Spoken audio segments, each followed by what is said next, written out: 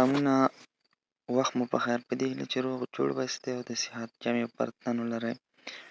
دا دی نن یو ځل بیا د ټکنیکل ریسرچ چینل څخه تاسو ته یوه بیخي او خوندوره ویډیو وړاندې کوم.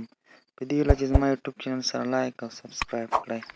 په څنګ کې د بیل آیکن باندې هم کلیک وکړئ تر څو زما هره نوې ویډیو تر تاسو ژر در ورسیږي. ملګرو، که تاسو بازار ته لاړ شئ او د الکترونیکي تذکرې ثبت نام کوئ، نو تاسو څخه حتما 100 افغانۍ یا 1.5 افغانۍ اخلي. نو داسې طریقه درته وښایم چې تاسو څنګه کولی شئ چې په خپل موبایل کې په اسانه طریقې سره په ښه ډول باندې الکترونیکي تذکرې ته نوملیکنه وکړئ. الکترونیکي تذکرې ته نوملیکنې لپاره به یوازې یو خوندور اپلیکیشن ډاونلوډ کړئ چې هغې کې تاسو وکولی شئ چې ځان ته نوملیکنه وکړئ. ملګرو، تاسو به راشئ پلی سټور ته.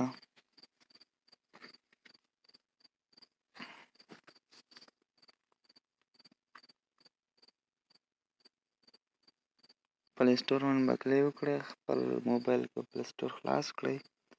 د پلی سټور سرچ ته به راشئ، دلته به ولیکئ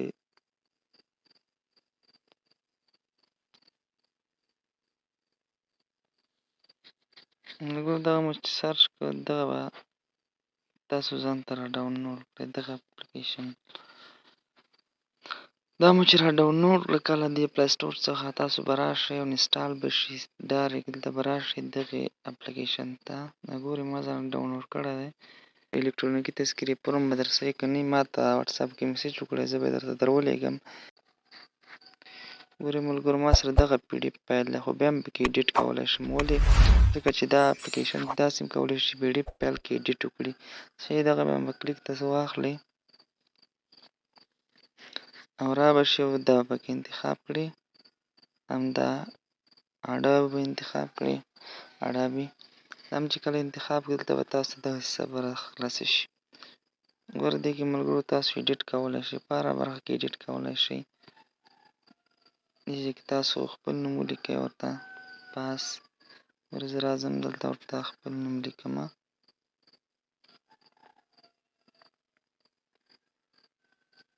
دغې برخه کې زه ورته خپل نوم لیکم. ګوره ورته